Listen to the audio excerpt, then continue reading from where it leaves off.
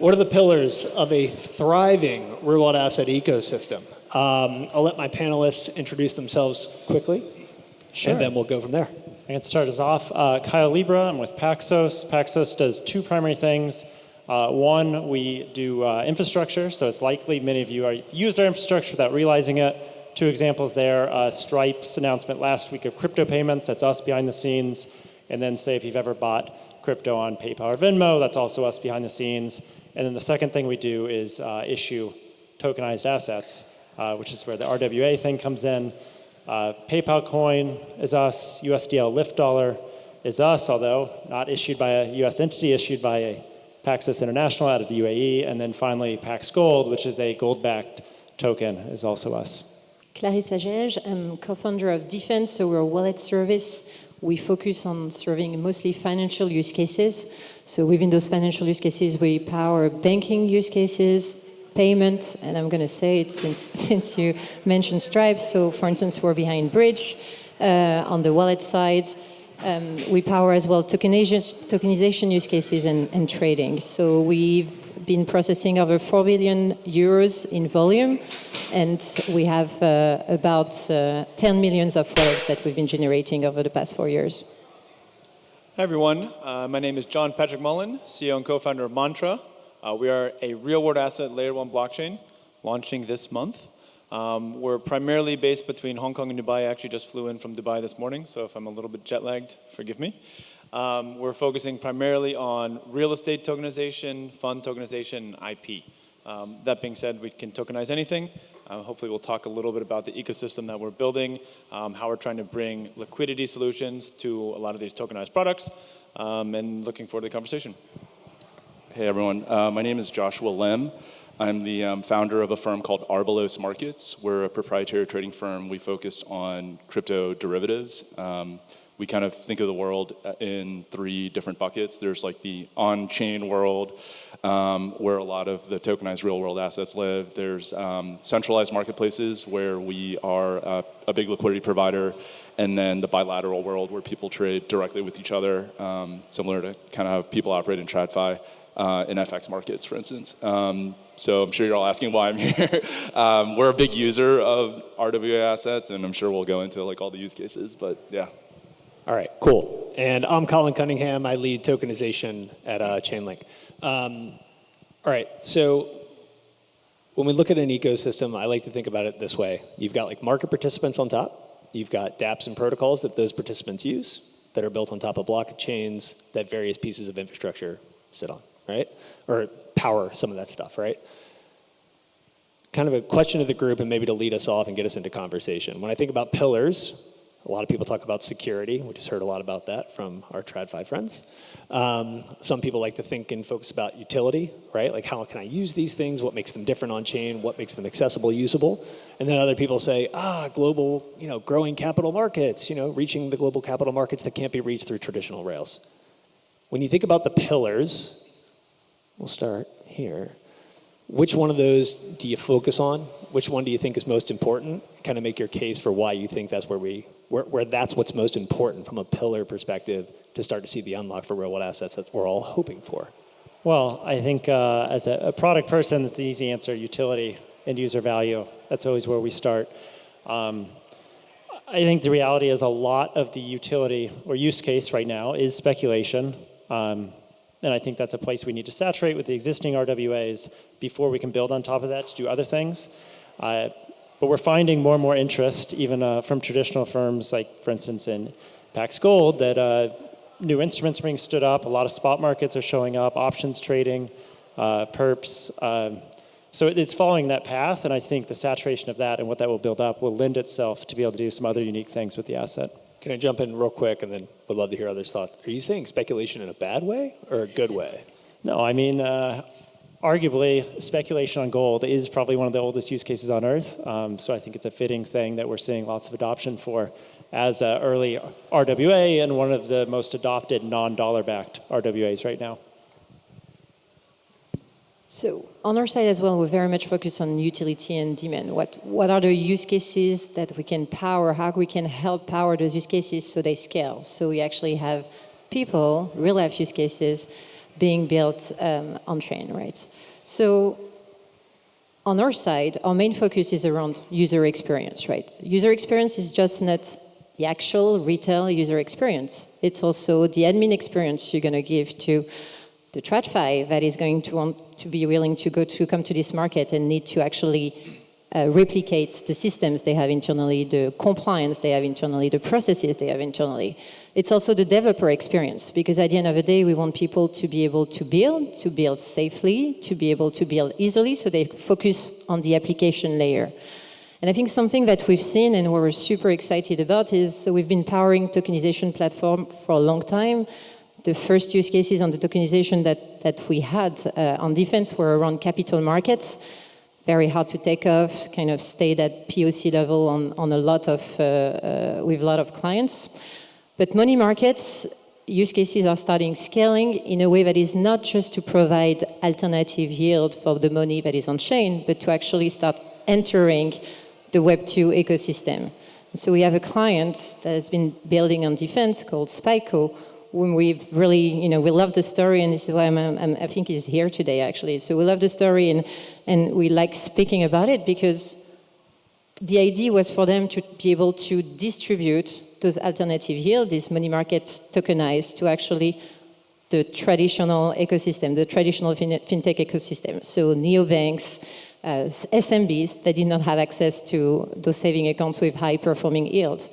And I actually met a bank, a regulated bank, 2 weeks ago in New York that is operating in France, and their feedback was, we are losing clients to Spyco because they provide a better product than we can do, and we're not equipped to actually be able to provide these yields. And that's fascinating. So speaking about user experience, I think something that was smart as well is to make sure that they embedded wallets, so actually the friction of learning how to tackle crypto, how to handle crypto was completely removed. It's completely hidden behind the scenes, so the go-to-market is easier for them.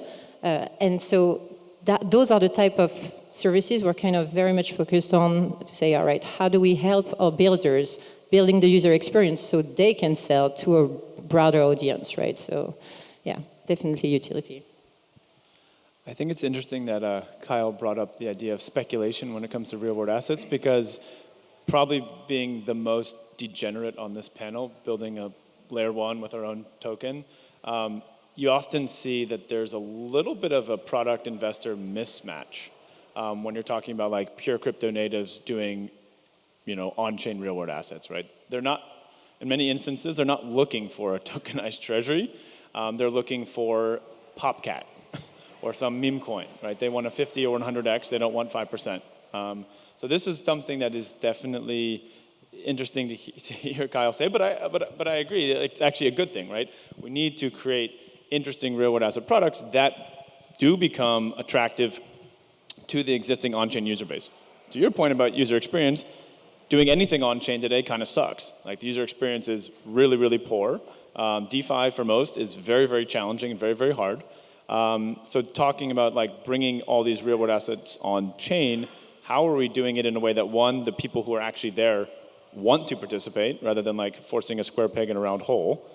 And then two, how do we actually make that experience better so that the people who might actually want these products clearly are able to do so in an easier fashion?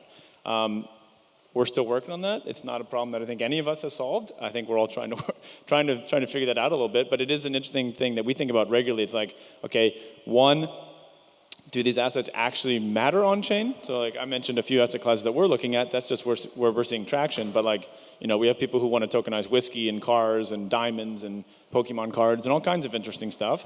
I think those are a little bit too niche for mass adoption at today's moment. But these things are all coming eventually.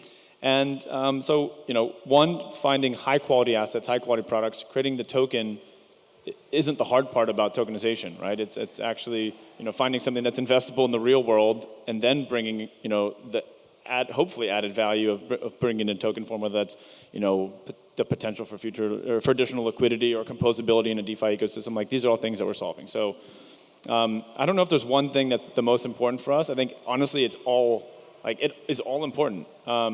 And without having a pretty particular opinion about how all these things come together, it won't really work. It is working though, I think.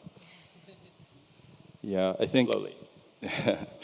Yeah, probably a lot of the people in this room are investors or builders in crypto, right? And I think we are in an era in the development of this asset class that a lot of us are starved for like addressable market, right? Like there's so many of us in this room now, probably 2 or 3 times the number of people than were in crypto in like 2020, right? So there's a lot of smart people working on problems, and the question is just like, how can you build a sustainable business with enough revenue to justify the valuations that we're all raising at, right? So I think the answer to that is basically kind of like the 2 applications that have kind of been brought up here. One is speculation, obviously, right? There is a lot of demand for that within crypto, and crypto attracts those types of people to use the product and to use the venues that exist in crypto. For many reasons, sometimes it's because of like a regulatory arb reason, but it is a big, one of the biggest drivers for revenue generation in crypto. And then the other is probably payments, and that is another gateway to like a larger TAM, right? Which is basically payments is like there's trillions of dollars of value that move daily, and it's hundreds of billions of dollars of revenue annualized for all these like payments companies globally.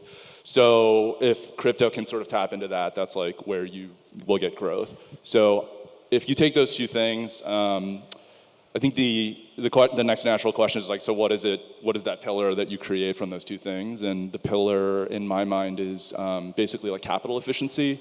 So capital efficiency, obviously for traders, that means like having some way to finance all of the risk that you want to have open with the minimum amount of capital without exposing yourself to too much, basically margining or liquidation risk or anything like that, right? So that is something that we've seen RWAs really open up for us as a trading business. So for instance, having the ability to trade multiple asset classes on a single venue, you're seeing more projects in crypto building perps, perp exchanges that can touch crypto and gold and oil and other types of commodity markets.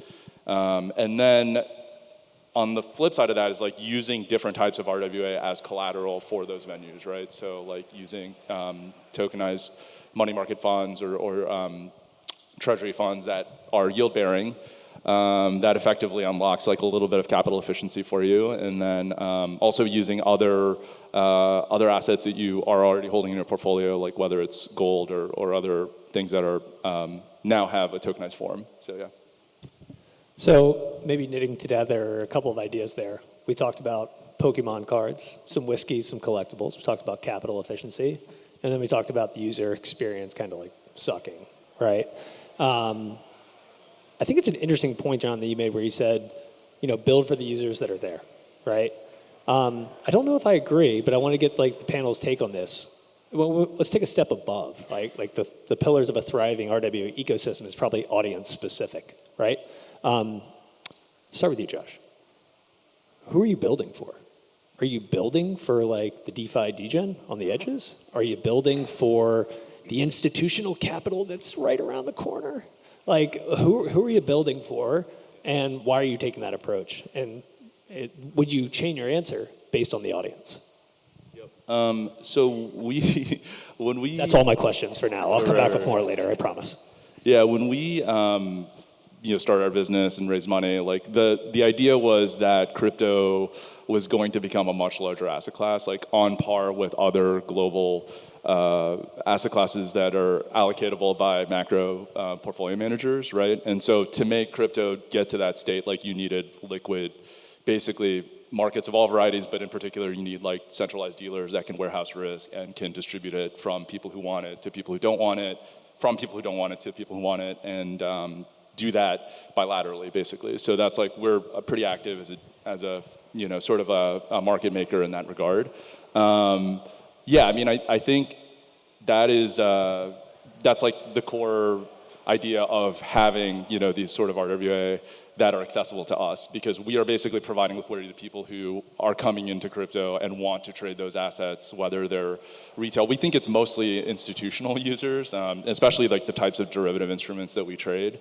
They're really only suitable for people who are familiar with the product set, like the option structures that we trade. And retail generally is just looking for just leverage, right? Just leverage and being able to take 100x view on something. And other types of users are mostly looking for yield or looking for a defined loss format to express a view or things like that.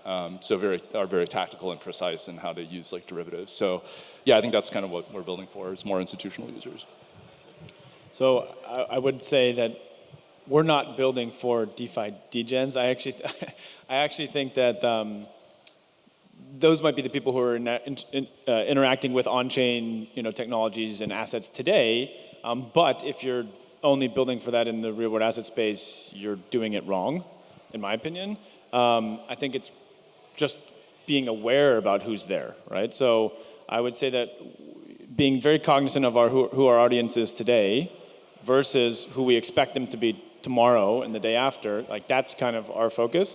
And it's quite critical for us as a layer one to address that by building it permissionlessly. So we are a permissionless blockchain. I would never, I don't know if there's bankers in the audience, I would never build a permissioned blockchain because it just is boring and stupid and closed systems don't work. But you have to address the understanding that like these assets do need to have some degree of permissioning to them, right? And effectively how we've done that to kind of bridge the gap a little bit, so to speak, is create a permissionless blockchain that at least on one side, those existing crypto native users can permissionlessly interact with a DeFi on-chain ecosystem. They can read and write to the blockchain on this side of it. But we also have a permission layer where the vast majority, if not all of the real-world assets that we would be issuing on our chain, or others would be issuing on our chain, originate from and have provenance from. The idea is that these two layers are connected at the chain level, and you have some degree of interoperability between the two sides.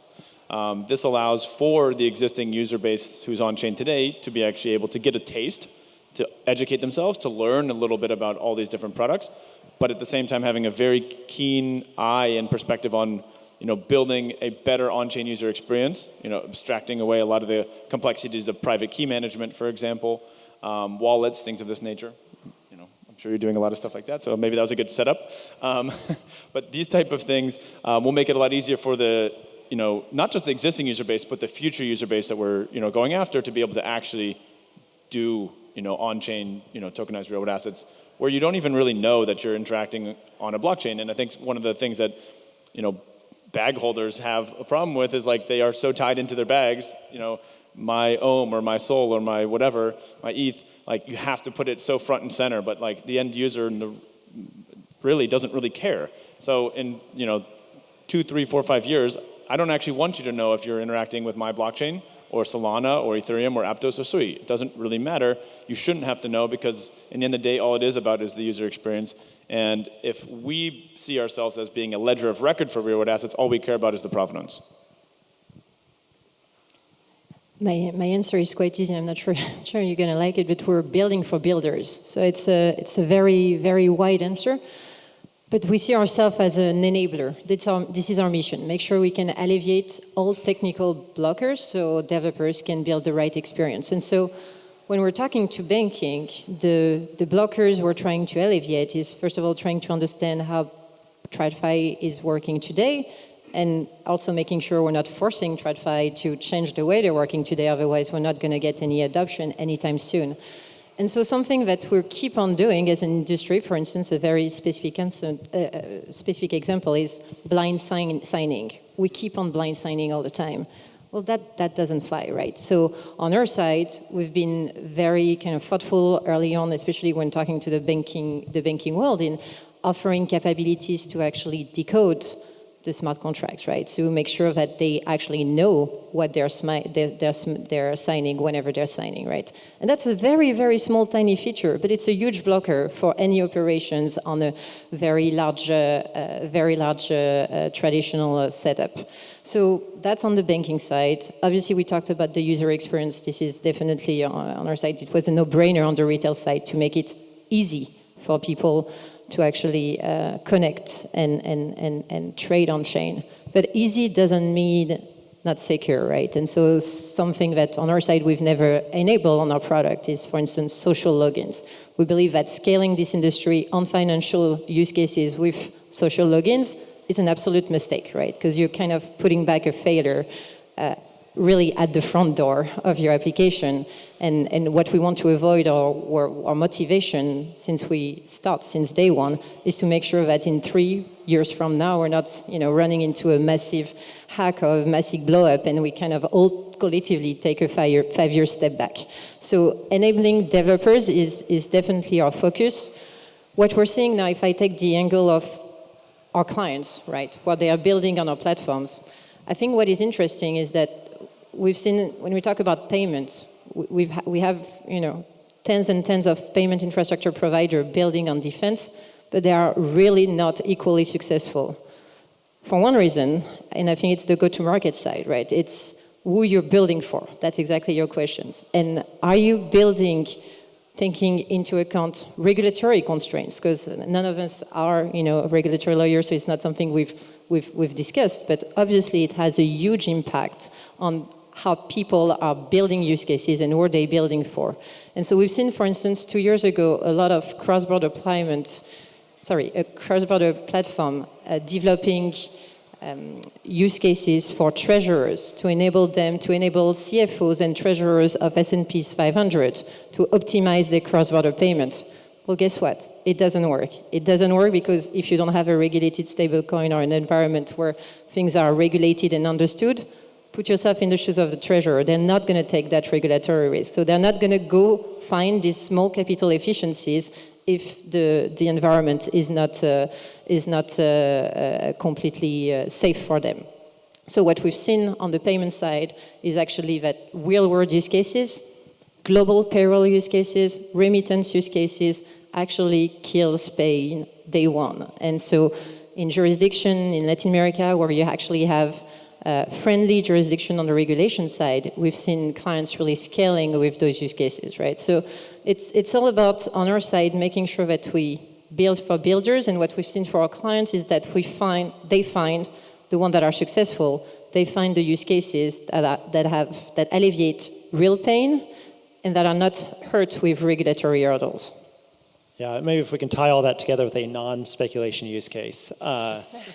We sort of two answers to that. One of our audiences we build for is actually regulators.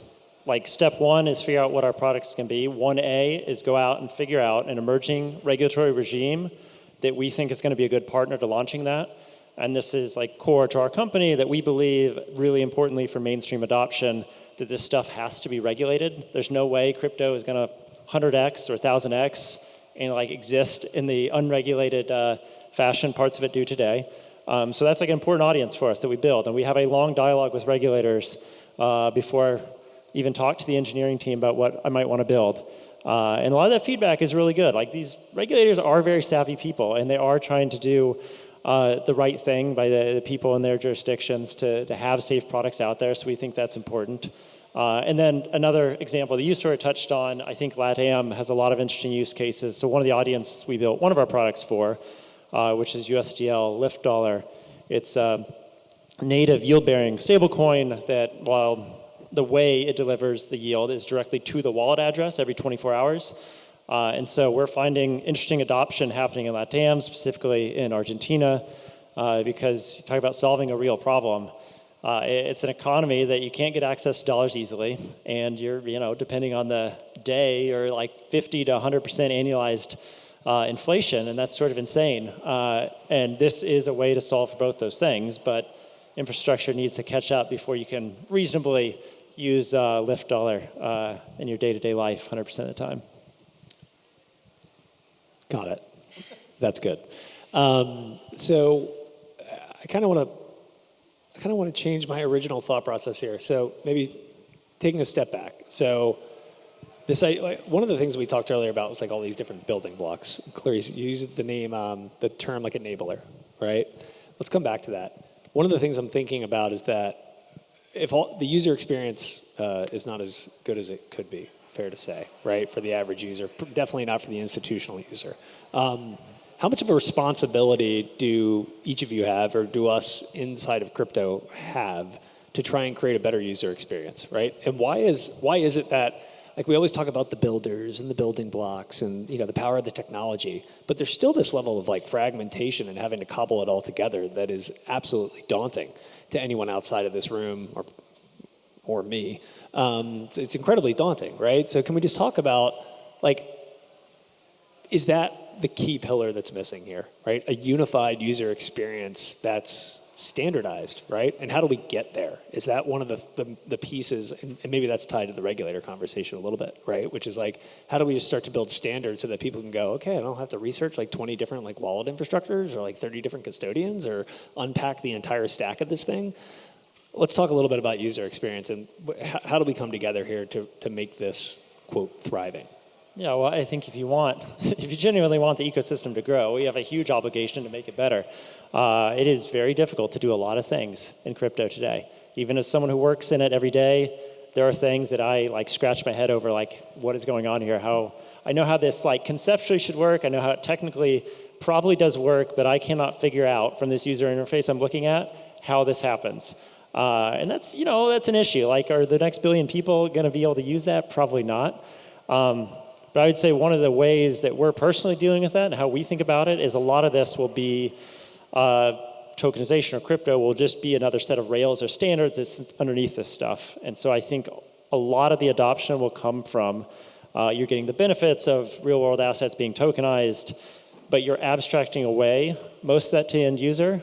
So the same way you open up a banking app to see your balance today, you will do that in the future. However, when you try to send that money, it might go on crypto rails and it might actually be instant, but the banking app is definitely not going to ask you, which of these 6 chains do you want to use? Would you like to check gas fees?